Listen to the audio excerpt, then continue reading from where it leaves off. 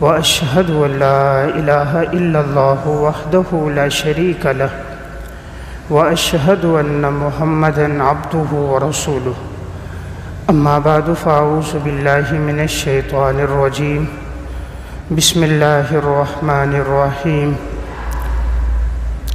وإذا حكمتم بين الناس أن تحكموا بالعدل إن الله نعم ما يعظكم به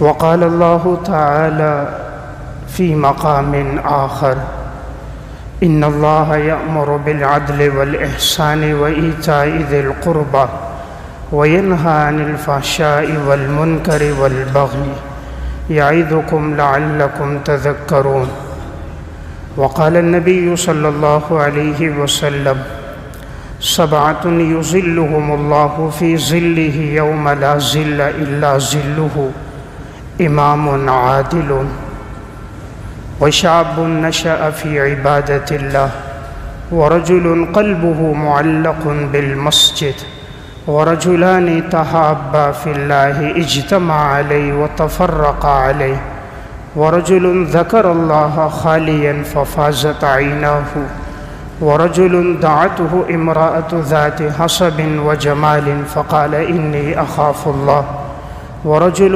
تصدق بصدقة فأخفاها حتى لا تعلم شماله ما تنفق يمينه وقال النبي صلى الله عليه وسلم الظلم ظلمات يوم القيامة وقال النبي صلى الله عليه وسلم اتق دعوة المظلوم فإنه ليس بينه وبين الله حجاب صدق اللہ العظیم۔ میرے انتہائی واجب الاحترام قابل صد احترام بھائیوں، دوستوں اور بزرگوں، قرآن کریم میں اور احادیث مبارکہ کے ذخیرے میں شریعت نے عدل اور انصاف کی بڑی تاکید کی ہے اور انصاف کے ساتھ زندگی گزارنے کا حکم دیا ہے۔ اللہ رب العزت قرآن کریم میں ارشاد فرماتے ہیں ان اللہ یأمر بالعدل والإحسان وإیتاء ذی القربى وینہی عن الفحشاء والمنکر والبغی، یقیناً اللہ تعالیٰ تمہیں حکم دیتے ہیں انصاف کرنے کا، احسان کرنے کا، اپنے رشتہ داروں اور عزیز و اقارب کے ساتھ حسن سلوک کرنے کا، ان پر خرچ کرنے کا، اور اللہ تمہیں روکتا ہے ظلم کرنے سے، بے حیائی سے، فحاشی سے۔ یقیناً اللہ تمہیں اس بات کی نصیحت کر رہا ہے۔ دوسرے مقام پر اللہ رب العزت نے ارشاد فرمایا وَإِذَا حَكَمْتُمْ بَيْنَ النَّاسِ أَن تَحْكُمُوا بِالْعَدْلِ، جب تم لوگوں کے درمیان فیصلہ کرو تو تم انصاف کے ساتھ فیصلہ کرو، اور یقیناً اللہ تمہیں اچھی باتوں کی نصیحت کرتا ہے۔ رب العالمین ہر قول کا سننے والا ہے اور انسان کے ہر فعل کو اللہ دیکھنے والا ہے۔ ایک اور مقام پر ارشاد فرمایا وَلَا يَجْرِمَنَّكُمْ شَنَآنُ قَوْمٍ عَلَىٰ أَلَّا تَعْدِلُوا اعْدِلُوا هُوَ أَقْرَبُ لِلتَّقْوَىٰ وَاتَّقُوا اللَّهَ، تمہیں کسی قوم کی دشمنی اس بات پر آمادہ نہ کرے کہ تم ان کے ساتھ انصاف نہ کرو، یقیناً تم لوگ انصاف کرو، اور یہ انصاف عدل اور انصاف کے اور اللہ کے ہاں بہت زیادہ قریب ہے، اور تم ہر معاملے میں اللہ سے ڈرتے رہو، یقیناً اللہ باخبر ہے ہر اس کام پر جو تم دنیا میں کر رہے ہو۔ حدیث میں نبی اکرم صلی اللہ علیہ وسلم نے ارشاد فرمایا سبعۃ یظلھم اللہ فی ظلہ یوم لا ظل الا ظلہ، 7 خوش نصیب انسان ایسے ہیں جنہیں اللہ رب العزت اپنے عرش کا سایہ نصیب فرمائیں گے، جس دن کوئی سایہ نہیں ہوگا سوائے اللہ کے عرش کے سائے کے۔ ان میں ایک خوش نصیب آدمی امام عادل، وہ بادشاہ ہوگا جس نے عدل اور انصاف کے ساتھ حکمرانی کی ہوگی۔ تو اللہ تعالیٰ ایسے عادل بادشاہ کو اپنے عرش کا سایہ نصیب فرمائیں گے۔ نبی اکرم صلی اللہ علیہ وسلم نے فرمایا اتق دعوت المظلوم فإنه ليس بينه وبين الله حجاب، مظلوم کی بد دعا سے بچنا، اس لیے کہ اس کے اور اللہ کے درمیان میں کوئی پردہ حائل نہیں ہوتا۔ نبی اکرم صلی اللہ علیہ وسلم نے ارشاد فرمایا، الظلم ظلمات یوم القیامہ، ظلم کرنا قیامت کے دن انسان کے سامنے اندھیروں کی صورت میں ہوگا۔ تو گویا قرآن و سنت کی تعلیمات میں ہمیں ایک اہم کام کا حکم دیا گیا ہے، وہ ہے عدل اور انصاف۔ تو میں عرض کروں گا مسلمان حکمران ماضی میں کیسے گزرے تھے کہ جنہوں نے عدل کے ساتھ کیسی حکمرانی کی، اور ان کی طرز زندگی کیسی تھی کہ وہ حکمران بھی رہے اور اپنی خلافت کے ایام میں انہوں نے اللہ کو راضی بھی کیا، عدل و انصاف کے ساتھ انہوں نے فیصلے بھی کیے، ان کی رعایا ان سے خوش بھی رہی، ایثار اور ہمدردی کا انہوں نے درس دیا، اپنوں سے زیادہ غیروں کو انہوں نے نوازا، شریعت کی تعلیمات پر 100% عمل پیرا رہے، اور ایسی حکمرانی کر کے گئے کہ آج تک ان لوگوں کی زندگی ہم سب کے لیے مشعل راہ ہے۔ تو ایسے کون سے حکمران تھے کہ جو مسلمانوں میں حکمران بھی رہے اور اپنی طرز خلافت میں اللہ کو اور اللہ کے حبیب کو راضی بھی کیا اور عدل اور انصاف کے ساتھ حکمرانی بھی کی؟ نبی اکرم صلی اللہ علیہ وسلم اللہ رب العزت کے سب سے برگزیدہ پیغمبر ہیں۔ اللہ تعالیٰ نے جو مقام مرتبہ آپ کو عطا فرمایا، کائنات میں کسی انسان کو وہ مقام مرتبہ نہیں ملا۔ اللہ کے بعد سب سے بلند درجہ کائنات میں اگر کسی کا ہے تو وہ نبی اکرم صلی اللہ علیہ وسلم کی ذات ہے۔ آپ علیہ الصلوۃ والسلام نے کس طرح عدل اور انصاف کے ساتھ زندگی گزاری؟ صحیح مسلم کتاب الحدود میں ایک واقعہ ہے۔ آپ کے دور میں قبیلہ بنو مخزومہ کی ایک عورت نے چوری کر دی، معاملہ ثابت ہو گیا، اب حکم تھا کہ ان کا ہاتھ کاٹا جائے۔ شریعت کا اصول ہے کہ اگر چوری گواہوں سے یا اقرار سے ثابت ہو جائے تو اس پر حد نافذ ہوتی ہے۔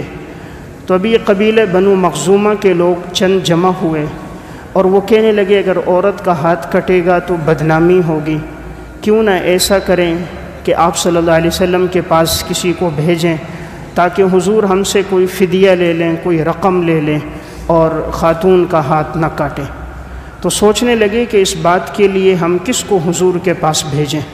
تو مشورہ سامنے آیا، حضرت اسامہ بن زید رضی اللہ تعالیٰ عنہ کو بھیجو، اس لیے کہ آپ صلی اللہ علیہ وسلم کو حضرت اسامہ سے بڑی محبت ہے۔ حضرت اسامہ حضور کے منہ بولے بیٹے حضرت زید کے صاحبزادے تھے، تو آپ علیہ السلام کو حضرت زید سے اسامہ سے بڑی محبت تھی۔ تو اب لوگوں نے حضرت اسامہ سے کہا کہ آپ جا کر حضور سے سفارش کیجئے کہ حضور اس کا ہاتھ نہ کاٹیں اور کوئی رقم ہم سے لے لی جائے۔ آپ صلی اللہ علیہ وسلم کے پاس حضرت اسامہ آئے، کہا یا رسول اللہ، اگر اس خاتون کا ہاتھ نہ کاٹا جائے اور اس کے بدلے میں کچھ رقم لے لی جائے، کچھ فدیہ لے لیا جائے۔ آپ صلی اللہ علیہ وسلم کے چہرہ انور کا رنگ سرخ ہو گیا اور آپ نے اس موقع پر ارشاد فرمایا، اتشفع فی حد من حدود اللہ، اے اسامہ کیا تو اللہ کے حدود میں سفارش کرنے کے لیے آیا ہے؟ اللہ کا حکم ہے والسارق والسارقۃ فاقطعوا ایدیہما، چوری کرنے والا مرد ہو یا عورت ہو ان کے ہاتھ کو کاٹ دو، اور تم کہتے ہو کہ ہاتھ نہ کاٹو۔ آپ نے اس موقع پر ایک تاریخی جملہ ارشاد فرمایا واللہ ان فاطمہ بنت محمد سرقت لقطعت یدہا، اللہ کی قسم اگر محمد کی بیٹی فاطمہ بھی چوری کرے گی، محمد اپنی بیٹی فاطمہ کا بھی ہاتھ کاٹے گا۔ محمد کی بیٹی فاطمہ اگر چوری کرے گی، محمد اپنی بیٹی فاطمہ کا بھی ہاتھ کاٹے گا۔ یہ ہے اسلام کا قانون عدل۔ حالانکہ فاطمہ کوئی عام خاتون نہیں، فاطمہ تو بضعۃ منی، میرے جگر کا ٹکڑا ہے۔ آپ نے فرمایا جس نے فاطمہ کو تکلیف دی اس نے مجھے تکلیف دی ہے۔ سیدۃ نساء اہل الجنہ فاطمہ ہیں، حسنین کی والدہ ہیں، حضرت علی کی زوجہ ہیں، نبی کی لخت جگر ہیں، جنت کی عورتوں کی سردار ہیں، لیکن اسلام کا قانون عدل۔ فرمایا کہ میری بیٹی بھی چوری کرے، محمد اس کا بھی ہاتھ کاٹے گا۔ میں عرض کر رہا تھا مسلمان حکمرانوں کا یہ طرز زندگی تھا، اسلام نے ہمیں یہ طرز دیا۔ سنن ابی داؤد کی روایت ہے، آپ صلی اللہ علیہ وسلم تشریف فرما ہے، حضرت اسید بن حضیر رضی اللہ تعالیٰ عنہ کہتے ہیں انصار میں سے ایک شخص تھے جو لوگوں کو ہنساتے تھے، کبھی کوئی بات کرتے تو دل لگی کے لیے کوئی بات، کوئی لطیفہ بھی کہہ دیتے۔ تو ایک دفعہ مجلس چل رہی تھی، انہوں نے اس طرح کوئی دل لگی کی بات کر دی۔ آپ صلی اللہ علیہ وسلم نے انہیں ٹوکنے کے لیے، آپ کے ہاتھ میں ایک مسواک سی تھی تو آپ نے اس کے کولے میں ہلکی سی ماری، مقصد تھا کہ بس کرو۔ انہوں نے کہا یا رسول اللہ آپ نے مجھے تکلیف پہنچائی ہے، میں اپنا بدلہ لوں گا۔ آپ صلی اللہ علیہ وسلم نے فرمایا ٹھیک ہے بدلہ لے لو۔ حضور اس کے قریب ہو گئے، اس نے کہا رسول اللہ یہ جو مسواک مجھے لگی تھی تو میرے اس پر قمیص نہیں تھی، چادر ڈالی ہوئی تھی، جس طرح احرام میں انسان چادر ڈالتا ہے، آپ نے تو قمیص پہنی ہے۔ تو آپ علیہ السلام نے اپنی قمیص اوپر کر دی کہ بدلہ لے لو۔ تو وہ صحابی آگے بڑھا اور آپ کے پہلو کے ساتھ چمٹ گیا، بوسہ لینے لگا اور آپ کے جسم کو اپنے سینے کے ساتھ لگایا، کہنے لگا یا رسول اللہ میرا مقصد یہی تھا کہ میں آپ کے جسم کا بوسہ لے لوں۔ گویا زبان حال سے کہہ رہا تھا شاید یہی میری نجات کا ذریعہ بن جائے۔ کہا میرا مقصد بدلہ لینا نہیں تھا، میرا مقصد تھا نبوت کے جسم کے ساتھ میرا جسم مس کر جائے، شاید یہی میرے لیے نجات کا ذریعہ بن جائے۔ واقعہ سنانے کا مقصد آپ صلی اللہ علیہ وسلم نے اپنے آپ کو ایک صحابی کے سامنے پیش کیا، فرمایا میں نے تمہیں تکلیف دی ہے، تم مجھ سے بدلہ لے لو۔ تو آپ علیہ السلام کا مقام درجہ بھی کتنا ہے، اس کے باوجود یہ امت کو درس دینا تھا عدل اور انصاف کے ساتھ زندگی ہو۔ آپ علیہ السلام دنیا سے گئے ہیں، آپ کے جانے کے بعد خلفائے راشدین کا دور آیا، وہ بھی مسلمان حکمران گزرے اور ان کی خلافت راشدہ کہلائی۔ انہوں نے زندگی کیسی گزاری؟ حضرت ابو بکر صدیق رضی اللہ تعالیٰ عنہ کا دور ہے۔ امام بیہقی نے السنن الکبریٰ للبیہقی میں واقعہ لکھا، حضرت ابو بکر صدیق رضی اللہ تعالیٰ عنہ نے فرمایا تھا کہ جس وقت میں تقسیم کروں مال غنیمت اس وقت آنا۔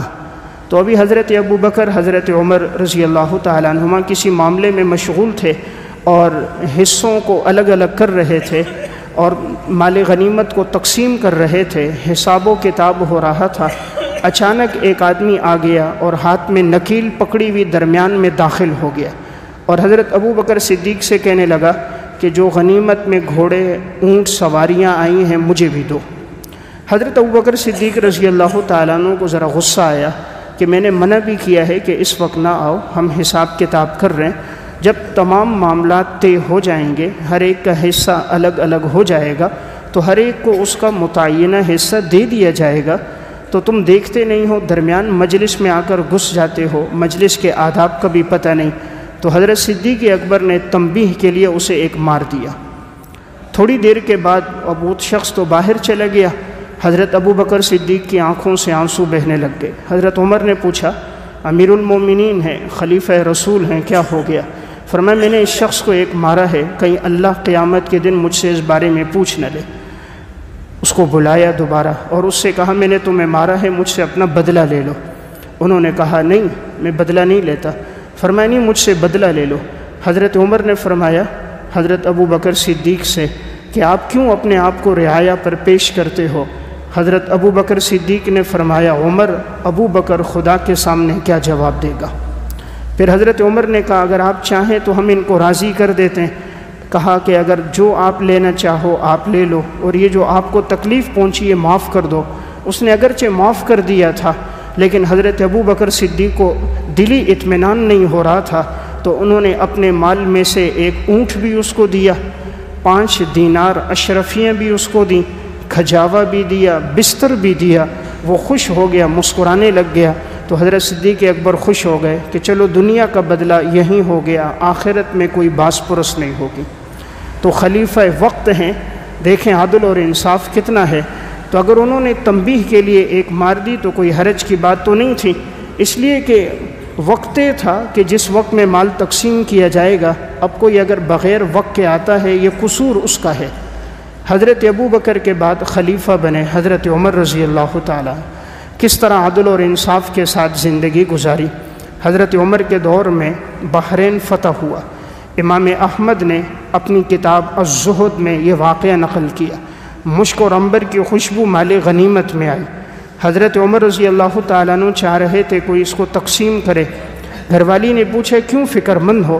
کہا میں چاہ رہا ہوں کوئی اس مال کو تقسیم کرے۔ فرمایا اگر چاہو تو میں تقسیم کر دوں۔ ان کا نام حضرت عاتقہ بنت زید تھا۔ فرمایا تم نہ کرو۔ کہا کیا آپ کو میرے اوپر اعتماد نہیں کہ میں عدل کے ساتھ تقسیم کروں گی؟ حضرت عمر رضی اللہ تعالیٰ عنہ نے فرمایا مجھے اعتماد ہے، لیکن ہو سکتا ہے مشک اور عنبر کے یہ ذرات کی تقسیم کے دوران تمہارے ہاتھوں پہ یہ ذرات لگے ہوں اور تمہاری کن پٹی پہ، تمہاری پنڈلیوں پہ تمہیں کھجلی آئے اور تم وہاں کھجلی کرو تو یہ ذرات وہاں زیادہ لگ جائیں گے، باقی لوگوں کو کم ملیں گے، تو عمر خدا کے دربار میں کیا جواب دے گا؟ تو یہ وہ حکمران ہیں جنہوں نے عدل کے ساتھ زندگی گزاری۔ یہی حضرت عمر رضی اللہ تعالیٰ عنہ کا دور ہے۔ مناقب عمر بن خطاب میں اور محض الصواب فی فضائل عمر بن خطاب میں واقعہ ہے۔ احنف بن قیس فرمانے لگے کہ میں حضرت عمر رضی اللہ تعالیٰ عنہ کو تلاش کر رہا تھا کہ حضرت کہاں ہیں۔ تلاش کرتے کرتے دیکھا گھر میں نہ ملے، مسجد میں نہ ملے، تو میں نے کسی سے پوچھا، انہوں نے کہا جہاں بیت المال کے اونٹ ہیں شاید حضرت عمر وہاں ہوں گے۔ 22 لاکھ مربع میل کے بادشاہ ہیں۔ احنف بن قیس کہتے میں تلاش کرتے ہوئے جب وہاں پہنچا تو میں نے کیا دیکھا؟ حضرت عمر رضی اللہ تعالیٰ عنہ نے دوسرے کپڑے پہنے ہوئے ہیں، ہاتھ میں تیل ہے اور بیت المال کے اونٹوں کی مالش کر رہے ہیں۔ تپتی ہوئی گرمی ہے، اوپر سایہ بھی کوئی نہیں، جسم پر پسینے بہہ رہے ہیں اور اونٹوں کی مالش کر رہے ہیں، جو زخمی ہیں ان پہ مرہم لگا رہے ہیں۔ تو یہ آئے اور انہوں نے کہا حضرت آپ یہ کام کسی غلام کو کہہ دیتے، کسی نوکر سے، خادم سے کہہ دیتے، آپ کیوں کر رہے ہو؟ فرمایا جو مسلمانوں کا حکمران ہوتا ہے وہ مسلمانوں کا خادم ہوتا ہے۔ میں حکمران نہیں، میں مسلمانوں کا خادم ہوں، اور میری ذمہ داری ہے کہ رعایا کے اموال کی میں حفاظت کروں۔ تو اندازہ کیجئے 22 لاکھ مربع میل کے بادشاہ، وقت کے خلیفہ، اور اپنی رعایا کے اونٹوں کی خود مالش کر رہے ہیں۔ یہی حضرت عمر رضی اللہ تعالیٰ عنہ ہیں۔ زندگی میں عدل اور انصاف ان کے کتنا تھا۔ السنن الکبریٰ للبیہقی میں واقع ہے۔ ایک دفعہ بازار میں گئے تو ان کا بیٹا اونٹ فروخت کر رہا تھا۔ بیٹے سے پوچھا بیٹا یہ اونٹ کس کے ہیں؟ فرمایا میرے ہیں۔ کہا تم نے کب لیے؟ کہا ایک عرصہ پہلے مجھے مال غنیمت میں ملے تھے۔ کہا میں نے تو اب تک یہ اونٹ نہیں دیکھے تھے۔ کہا جی سرکاری چراگاہ میں چرتے تھے۔ حضرت عمر نے فرمایا بیٹا اونٹ ذاتی تھے تو سرکاری چراگاہ میں کیوں رکھے؟ جاؤ ان کو فروخت کرو، جو قیمت اس وقت بنتی تھی وہ لے لو، باقی جتنی زائد رقم ہے وہ بیت المال میں جمع کرا دو۔ جتنی رقم تھی زائد وہ سب بیت المال میں جمع کرا دی۔ یہ مسلمان حکمران ہیں کہ جنہوں نے عدل کے ساتھ زندگی گزاری تھی۔ یہی حضرت عمر رضی اللہ تعالیٰ عنہ ہیں۔ حضرت انس بن مالک فرماتے ہیں الطبقات الکبریٰ میں واقع ہے، کہا میں نے حضرت عمر کے کپڑوں پہ دیکھا پیوند لگے ہوئے تھے، اور ایک کندھے سے دوسرے کندھے کے درمیان 3 جگہ ان کو پیوند تھے۔ کپڑوں پہ پیوند ہے، حالانکہ وقت کے اتنے بڑے حکمران گزرے ہیں۔ حضرت عمر کی زندگی کیسی گزری ہے؟ الطبقات الکبریٰ میں ان کے دور میں قحط سالی آ گئی، لوگوں کے پاس کھانے پینے کے لیے کچھ نہیں تھا۔ حضرت عمر نے سب لوگوں کو جمع کیا ایک بڑے گراؤنڈ میں اور فرمایا تمہارا کھانا پینا میری طرف سے ہوگا۔ روزانہ 20 اونٹ نہر کیے جاتے، ان اونٹوں سے سالن تیار کیا جاتا، بیماروں کے لیے الگ ہوتا، نوجوانوں کے لیے الگ، بوڑھوں کے لیے الگ دلیہ تیار ہوتا اور سب کو دیا جاتا۔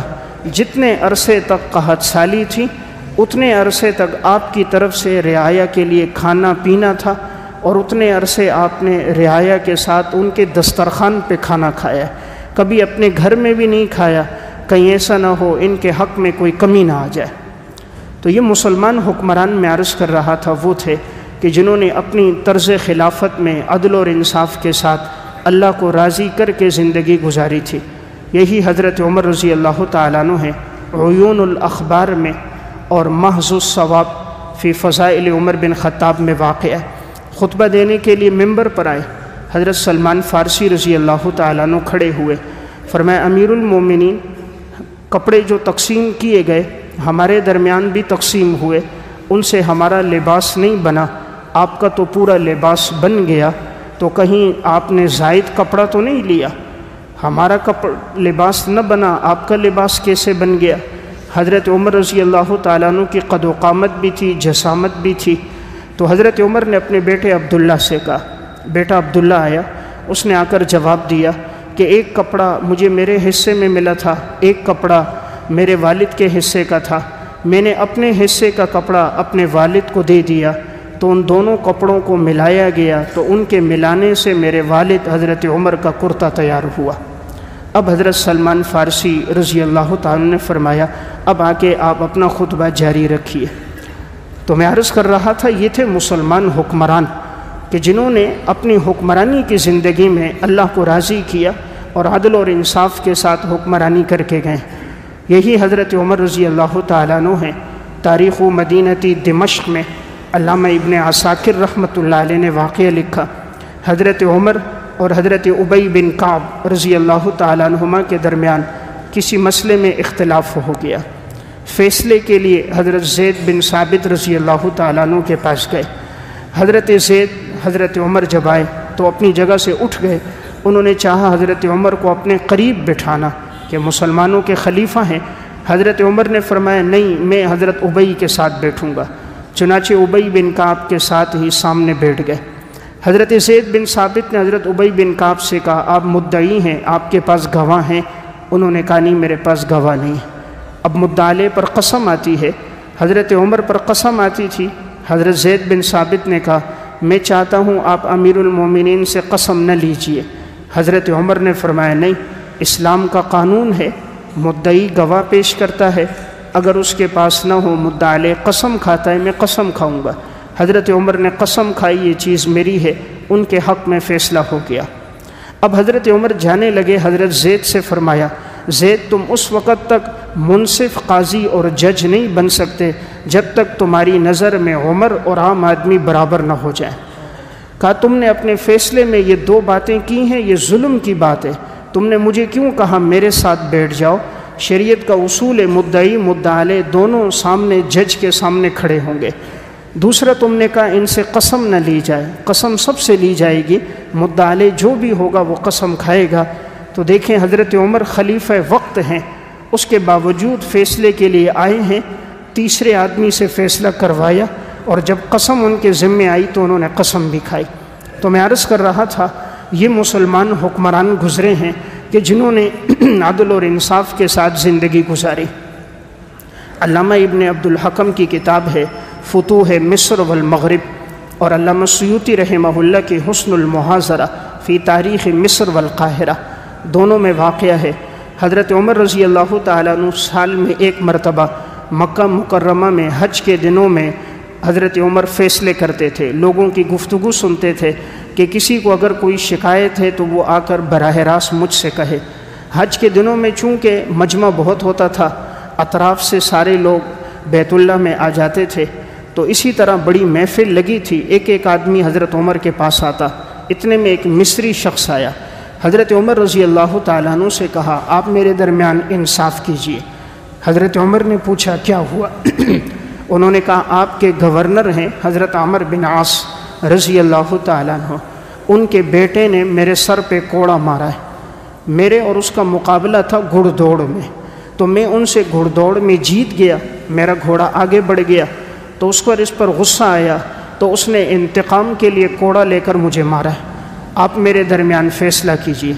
حضرت عمر رضی اللہ تعالیٰ عنہ نے اسی وقت پیغام لکھا، حضرت عمرو بن عاص جو صحابی رسول ہیں اور اس وقت کے گورنر ہیں، کہا تم بھی آؤ اور اپنے بیٹے کو فوراً لے کر مکہ پہنچو۔ حضرت عمرو بن عاص کو خط پہنچا، اپنے بیٹے کو ساتھ لیا، سفر کیا اور پہنچے۔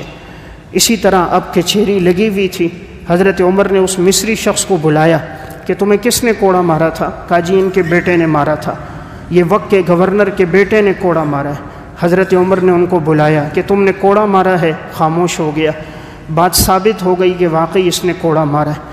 حضرت عمر نے اس کو کوڑا دیا، کہا اسی طرح اس کے سر پہ مارو جس طرح اس نے تجھے مارا ہے، لیکن ظلم نہیں کرنا، اتنا ہی مارنا اتنی قوت اور طاقت کے ساتھ جس طرح اس نے تجھے مارا ہے، اور جتنے کوڑے مارے اتنے ہی مارنا۔ تو اس نے اسی قوت کے ساتھ اس کو کوڑا مارا۔ مارنے کے بعد حضرت عمر نے اس سے کہا اس کے والد کو بھی مارو۔ کہا نہیں، والد نے میرے اوپر کوئی ظلم نہیں، بیٹے نے ظلم کیا تھا اور میں نے اپنا بدلہ لے لیا۔ حضرت عمر رضی اللہ تعالیٰ عنہ نے اس موقع پر ارشاد فرمایا کہ تم نے کب سے لوگوں کو اپنا غلام بنا دیا، حالانکہ ان کی ماؤں نے تو ان کو آزاد جنا تھا، ماؤں نے تو ان کو آزاد جنا، تم نے کب سے ان کو اپنا غلام بنا دیا کہ تم ان کے سر پہ کوڑا مارتے ہو۔ اور سب رعایا کے سامنے حضرت عمر نے اس موقع پہ کہا اگر میرے کسی گورنر سے کسی کو شکایت ہو، میرے کسی گورنر نے کسی پہ ظلم کیا ہو، ان کی اولاد نے یا ان کے متعلقین نے، تو وہ فوراً اس کی شکایت مجھ تک پہنچائے۔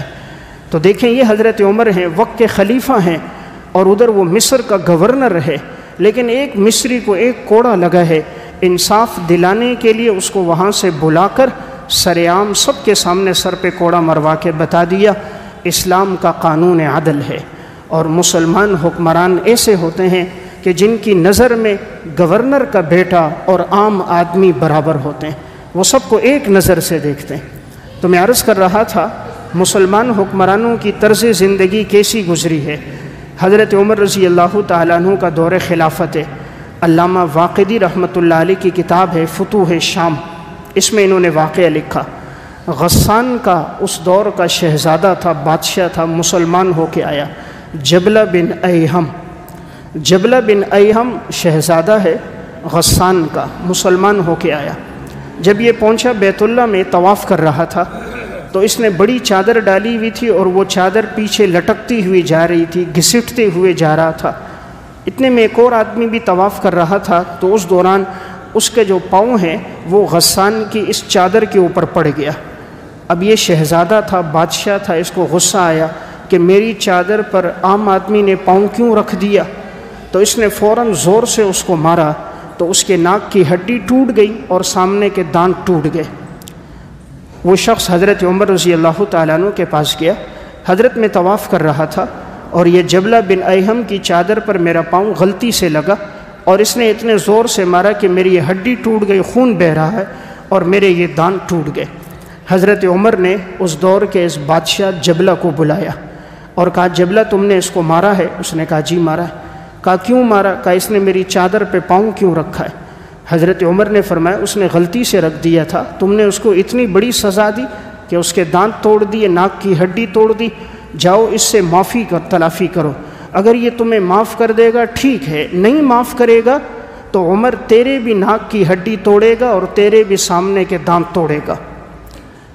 جبلہ بن ایہم شہزادہ غسان کا بادشاہ کہنے لگا کیا میرے دانت توڑے جائیں گے؟ کہا جی توڑے جائیں گے۔ میرے ناک کی ہڈی توڑی جائے گی؟ کہا توڑی جائے گی۔ کہا کیوں؟ کہا اسلام کی نظر میں سب برابر ہے، بادشاہ ہو یا فقیر ہو، اسلام سب کو عدل دیتا ہے۔ اب اس نے دیکھا حضرت عمر تو واقعی اپنے فیصلے پر ہیں اور اس کو ایک دن کی مہلت دی کہ ایک دن میں اس سے معافی کراؤ، اس کو راضی کرو، ورنہ کل کے دن تیرے ساتھ میں یہی کروں گا۔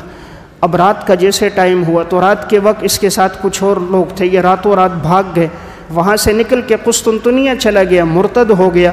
حضرت عمر نے سزا اس کو نہیں چھوڑی، کہا یہ جب بھی آئے گا اور آئے گا تو فوراً اس سے یہ سزا ہم لیں گے، بھلے یہ واپس چلا جائے، ہمارے قابو میں جب آئے گا تو ہم اس کے ناک کی ہڈی بھی توڑیں گے، دانت بھی توڑیں گے۔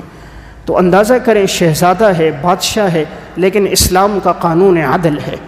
تو میں عرض کر رہا تھا مسلمان حکمران جو گزرے ہیں انہوں نے اپنی خلافت کے ایام میں عدل اور انصاف کے ساتھ زندگی گزاری ہے۔ انہی خلفاء میں ایک خلیفہ حضرت عثمان بن عفان رضی اللہ تعالیٰ عنہ، اور ریاض النظرہ میں واقع ہے، ایک موقع پر اپنے غلام کے کان کو مروڑ دیا تھا، تو دوسرے دن حضرت عثمان اپنے غلام سے کہنے لگے مجھے معاف کر دو اور اپنا بدلہ مجھ سے لے لو۔ انہوں نے کہا نہیں میں بدلہ نہیں لیتا۔ فرمایا نہیں بدلہ لے لو، اللہ کے سامنے میں کیسے تمہیں بدلہ دوں گا، آخرت کا دن بڑا سخت دن ہے۔ غلام نے کہا نہیں حضرت میں نے آپ کو معاف کر دیا۔ حضرت عثمان کو اب تسلی ہوئی، جب اس نے دل سے معاف کیا، مسکراتے ہوئے کیا، حضرت عثمان تب خوش ہو گئے۔ حضرت علی رضی اللہ تعالیٰ عنہ کی خلافت شروع ہوئی، تاریخ مدینہ دمشق میں حضرت علی کے ترجمے میں واقعہ ہے۔ ایک شخص حضرت علی رضی اللہ تعالیٰ عنہ کے پاس آیا اور آ کر کہنے لگا کہ میں آپ سے ایک بات پوچھتا ہوں، آپ کے پاس فیصلے کے لیے 2 آدمی آئے، ایک آدمی وہ ہے جو آپ کے خون کا پیاسا ہے، یعنی اگر اس کا بس چلے وہ معاذ اللہ آپ کو قتل کر دے، اور دوسرا آدمی وہ ہے جو آپ سے جان سے محبت کرتا ہے اور آپ پر اپنی جان مال سب نچھاور کرتا ہے۔ تو جب یہ دونوں آپ کے پاس فیصلے کے لیے آئیں گے، آپ فیصلہ کس کے حق میں کریں گے؟ جو آپ پہ جان نچھاور کرتا ہے اس پہ کریں گے، اور جو آپ کے خون کا پیاسا ہے اس پہ کریں گے؟ حضرت علی رضی اللہ تعالیٰ عنہ نے آسمان کی طرف دیکھا اور کہا، میں فیصلہ اللہ کے حکم کے مطابق کروں گا، ان میں جو حق پر ہوگا اگرچہ میرے خون کا پیاسا ہے میں اس کے حق میں فیصلہ کروں گا۔ میں نے اس کو نہیں دیکھنا کہ اسے مجھ سے کتنی محبت ہے، میرا اس سے کیا تعلق ہے، یعنی ذاتی اغراض ذاتی مفادات کو سامنے نہیں رکھوں گا، شریعت کے حکم کو سامنے رکھوں گا۔ تو یہ مسلمان خلفاء تھے جن کے سامنے اپنی خلافت کے ایام میں دولت، پیسہ، عہدہ اس کی کوئی حیثیت نہیں تھی، شریعت کے احکامات کی تھی، اس لیے وہ لوگ عدل کے ساتھ زندگی گزار کے گئے۔ انہی حکمرانوں میں ایک حکمران عمر بن عبدالعزیز رحمۃ اللہ علیہ آئے، سن 99 ہجری میں بادشاہ بنے، 101 ہجری میں ان کا انتقال ہوا۔ جب تک بادشاہ نہیں بنے تھے عمر بن عبدالعزیز ایسا لباس پہنتے تھے کہ ان سے مہنگا لباس کسی کے پاس نہیں ہوتا تھا، اور ایسی خوشبو لگاتے تھے دور سے پتہ چلتا تھا عمر بن عبدالعزیز راستے میں آ رہے ہیں۔ خلافت سے پہلے حالت تھی جسم اتنا فربا تھا کہ طواف کرتے ہوئے فربا جسم نظر آ رہا تھا، اور جب خلافت ملی ہے پھر حالت یہ تھی اتنے کمزور ہو گئے کہ اگر کوئی دور سے ان کی پسلیاں گننا چاہتا تو پسلیاں گن سکتا تھا۔ یہی عمر بن عبدالعزیز تھے۔ خلافت کے ایام شروع ہوئے، اپنی بیوی فاطمہ کو بلایا، یہ فاطمہ بنت عبد الملک ہے، تاریخ الخلفاء میں علامہ سیوطی نے واقعہ لکھا، اس کو بلا کر کہا کہ تیرے والد نے تیرے کو ناحق سونا دیا تھا۔ اس کے والد نے خوب سونا بیت المال کا اپنی بیٹی کو دیا تھا۔ عمر بن عبدالعزیز نے کہا اگر میرے ساتھ رہنا ہے تو یہ جتنا سونا ہے یہ رعایا کا حق ہے، اس کو بیت المال میں جمع کر دو، ورنہ اگر تم چاہو تو میں تمہیں طلاق دے دوں گا۔ میں تمہیں اس حال میں نہیں رکھ سکتا کہ تمہارے پاس رعایا کا سونا موجود ہو اور میں مملکت کا سربراہ ہوں، مجھے پتہ ہو اور میں تم سے نہ لوں۔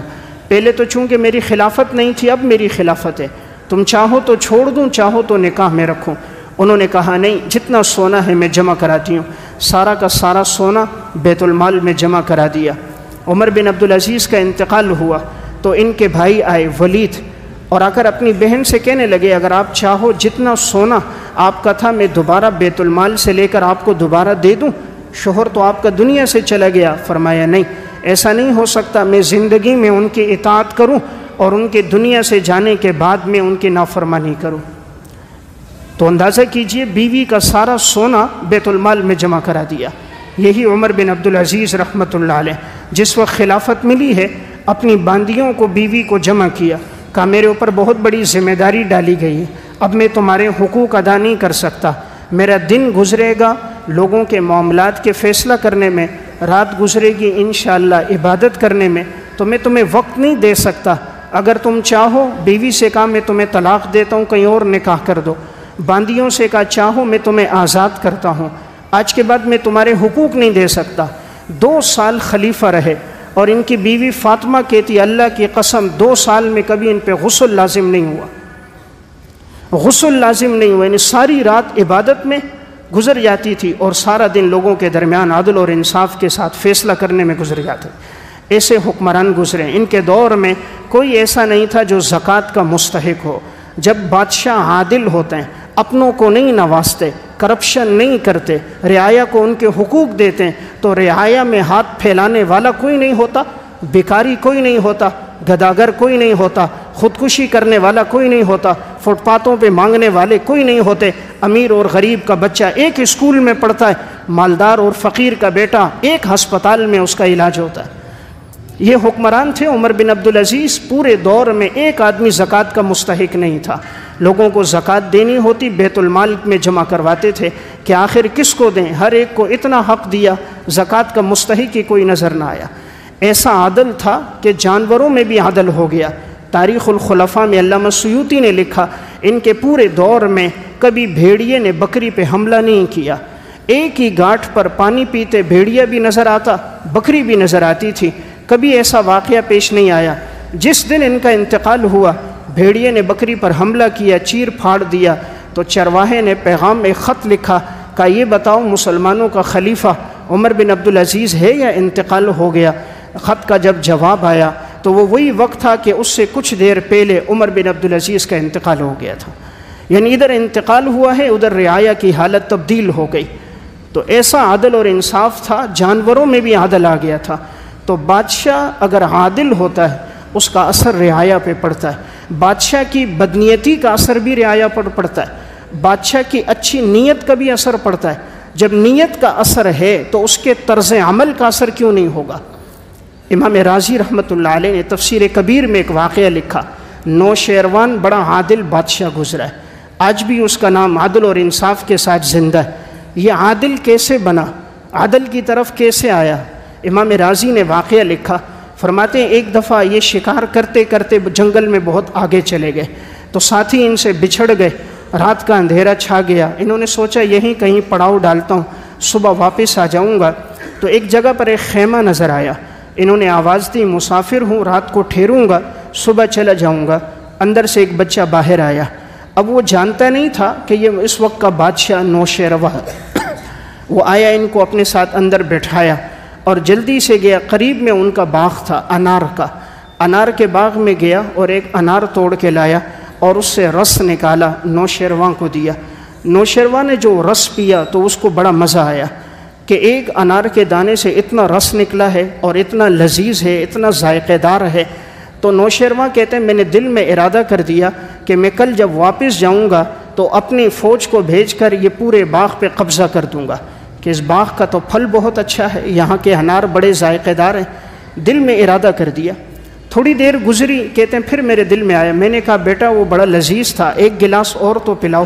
تو وہ گیا اور دوبارہ انار توڑا، دوبارہ نکالا تو رس بہت کم نکلا، اور جب اس نے پیا تو اس کا ذائقہ بڑا کھٹا تھا، ذائقہ بالکل تبدیل ہو گیا تھا۔ نوشیروان نے کہا بیٹا یہ کہاں سے لائے؟ اس باغ سے نہیں لائے؟ کہا جی اسی باغ سے لایا ہوں۔ کہا اس درخت سے نہیں لایا جہاں سے پہلے لایا تھا؟ کہا اسی درخت سے لایا۔ تو کہا یہ کم کیوں ہے، ذائقہ بدل کیوں گیا ہے؟ اس بچے نے کہا لگتا ہے بادشاہ نے ظلم کا ارادہ کر دیا ہے، اور ہم نے سنا ہے کہ جب بادشاہ ظلم کا ارادہ کرتا ہے تو اللہ برکتیں اٹھا لیتا ہے۔ اب اس کو معلوم نہیں یہ نوشیروان ہے، اس نے کہا جب بادشاہ ظلم کا ارادہ کرتا ہے اللہ برکتوں کو اٹھا دیتا ہے، پھلوں کے ذائقے تبدیل ہو جاتے ہیں۔ نوشیروان کہتا اب میں نے دل میں فوراً توبہ کر دی، یا اللہ آج کے بعد ظلم نہیں کروں گا، کسی کا مال نہیں لوں گا، عدل کے ساتھ زندگی گزاروں گا۔ دل میں توبہ تائب ہو گیا۔ پھر کچھ وقت گزرا، کہا بیٹا ایک انار توڑ کے لاؤ، رس نکالو۔ پھر وہ گیا، انار توڑا لایا، پورا گلاس بھر گیا۔ اب جب پیا تو پہلے سے زیادہ بہت لذیذ تھا۔ کہا یہ کہاں سے لے کر آئے؟ کہا اسی باغ سے۔ کہا کس درخت سے؟ کہا اسی درخت سے لے کر آیا۔ کہا پھر یہ کیوں تبدیل ہو گیا اور ذائقہ کیوں بدل گیا؟ کہا لگتا ہے بادشاہ نے عدل کی نیت کر دی ہے، اور جب بادشاہ عدل کی نیت کر دیتے ہیں اللہ پیداوار میں برکتیں ڈال دیتا ہے اور اللہ ذائقوں کو بدل دیتا ہے۔ نوشیروان نے کہا بیٹا میں ہی بادشاہ ہوں اور تمہیں گواہ بناتا ہوں، اللہ کی قسم آج کے بعد ظلم نہیں کروں گا۔ اور پھر ایسا عدل کے ساتھ اس نے زندگی گزاری ہے۔ آج بھی تاریخ کے اوراق پہ جب نام آتا ہے تو نوشیروان کا نام آتا ہے کہ یہ عادل بادشاہ گزرا ہے، آپ علیہ الصلوۃ والسلام کی آمد سے پہلے گزرا۔ اس واقعے کے بعد اس نے عدل میں زندگی گزاری۔ تو واقعہ سنانے کا میرا مقصد یہ ہے جب بادشاہ صرف ارادہ کر دے اس کا اتنا اثر ہوتا ہے، جب بادشاہ خود کرپشن کرنے لگ جائیں، خود ظلم کرنے لگ جائیں، لوگوں کے حقوق پہ ڈاکہ ڈالنے لگ جائیں، تو پھر رعایا پر کیوں اثر نہیں ہوگا؟ اس لیے دعا کرنی چاہیے اللہ نیک صالح حکمران دے کہ جن کے دلوں میں اللہ کا ڈر موجود ہو، ان کے سامنے خدا کے سامنے محاسبہ کرنے کا ڈر ہو۔ امام غزالی رحمۃ اللہ علیہ نے احیاء علوم الدین میں واقعہ لکھا، عمر بن عبدالعزیز رحمۃ اللہ علیہ کے سامنے ان کی باندی آئی، آنکھوں سے آنسو بہہ رہے تھے، کہا میں ابھی نوافل پڑھ کے سوئی تھی۔ عمر بن عبدالعزیز اپنے نوافل پڑھ رہے تھے، کہا میں ابھی سوئی اور میری آنکھ کھلی ہے تو میں نے خواب دیکھا ایک جہنم ہے، اور جہنم پر پل صراط کو لایا گیا اور سب لوگوں کو پیش کیا گیا۔ تو عبد الملک بن مروان کو لایا گیا، کہا جیسے ہی پل صراط سے گزارنے لگے تو وہ فوراً ہی جہنم میں نیچے گر گیا۔ عمر بن عبدالعزیز کی آنکھوں میں آنسو تھے، ہچکیاں لگ گئی. کہا پھر کیا ہوا؟ اس خادمہ باندی نے کہا پھر اس کے بعد سلیمان بن عبد الملک کو لایا گیا اور جیسے ہی پل صراط سے گزار رہے تھے نیچے جہنم میں گر گیا. کہا پھر کیا ہوا؟ کہا پھر ولید بن عبد الملک کو لایا گیا، جیسے پل صراط سے گزارنے لگے پاؤں پھسلا، جہنم میں گر گیا. کہا پھر کیا ہوا؟ کہا پھر آپ کو لایا گیا. عمر بن عبدالعزیز نے اپنا سنا، چیخ ماری، بے ہوش ہو گئے، بے ہوش ہو کر گر گئے. اب باندی نے ان کے کان میں کہا اللہ کی قسم میں نے دیکھا آپ کو اللہ نے نجات دے دی، اللہ کی قسم اللہ نے آپ کو نجات دے دی امیر المومنین. اب یہ کان میں کہہ رہی تھیں بار بار. تھوڑی دیر کے بعد ان کو ہوش آیا، ایڑیاں رگڑ رہے تھے، رو رہے تھے. کہا کیا ہوا بتاؤ؟ عمر بن عبدالعزیز تو نہیں گرا؟ اس نے کہا نہیں اللہ کی قسم تم نہیں گرے، تم جہنم سے پار ہو گئے. ایسے عدل کے ساتھ زندگی گزار کے گئے ہیں. جب آخری وقت آیا تھا رجا بن حیوہ آئے تھے، انہوں نے کہا آپ نے تو اولاد کے لیے کچھ نہیں چھوڑا، آپ سے پہلے خلفاء نے اپنی ایک ایک اولاد کے لیے 6-6 لاکھ دراہم چھوڑے. علامہ ابن تیمیہ نے السیاست الشرعیہ میں، ابن کثیر نے البدایہ میں واقعہ لکھا ہے. انہوں نے کہا مجھے سہارا دے کر بٹھاؤ. جب بٹھایا گیا اپنی اولاد کو جمع کیا، فرمایا بیٹو اگر میں تمہارے لیے جمع کرتا، میں اتنا جمع کر سکتا تھا کہ تمہاری 7 نسلیں کھاتی ختم نہ ہوتا، لیکن میرے سامنے آخرت کی زندگی تھی، میں نے اللہ کو جواب دینا تھا، میں نے قبر میں سوال و جواب کا جواب دینا تھا، اس لیے میں نے تمہارے لیے حرام جمع نہیں کیا، میں نے حلال جمع کیا، اور میں نے تمہیں اللہ کی محبت سکھائی ہے، اور اللہ نیک لوگوں کے ساتھ ہوتا ہے. عمر بن عبدالعزیز رحمۃ اللہ علیہ کا انتقال ہوا. کہا دیکھنا میرے ساتھ کیا ہوتا ہے. میں نے دیکھا تھا جب عبد الملک کو دفنایا گیا، قبر میں رکھا تو چہرے کا رنگ بالکل سیاہ ہو گیا. کہا میں نے دیکھا سلیمان کو دفنایا گیا، جب سے کفن کی گرہ کھولی چہرے کا رنگ تبدیل ہو کر قبلے سے چہرہ پھر گیا. دیکھنا عمر بن عبدالعزیز کے ساتھ کیا ہوتا ہے. عمر بن عبدالعزیز رحمۃ اللہ علیہ نے بچوں کو جمع کر کے آخری نصیحت کی. عمر بن عبدالعزیز چلے گئے، کلمہ پڑھتے پڑھتے انتقال ہو گیا.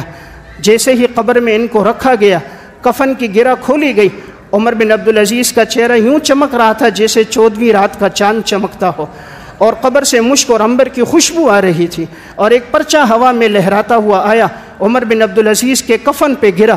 جب اس کو اٹھایا تو اس پہ لکھا ہوا تھا بسم اللہ الرحمن الرحیم براءۃ من اللہ من عمر بن عبدالعزیز من النار. شروع اللہ کے نام سے جو بڑا مہربان نہایت رحم کرنے والا ہے، ہم نے عمر بن عبدالعزیز کو جہنم سے بری کر دیا.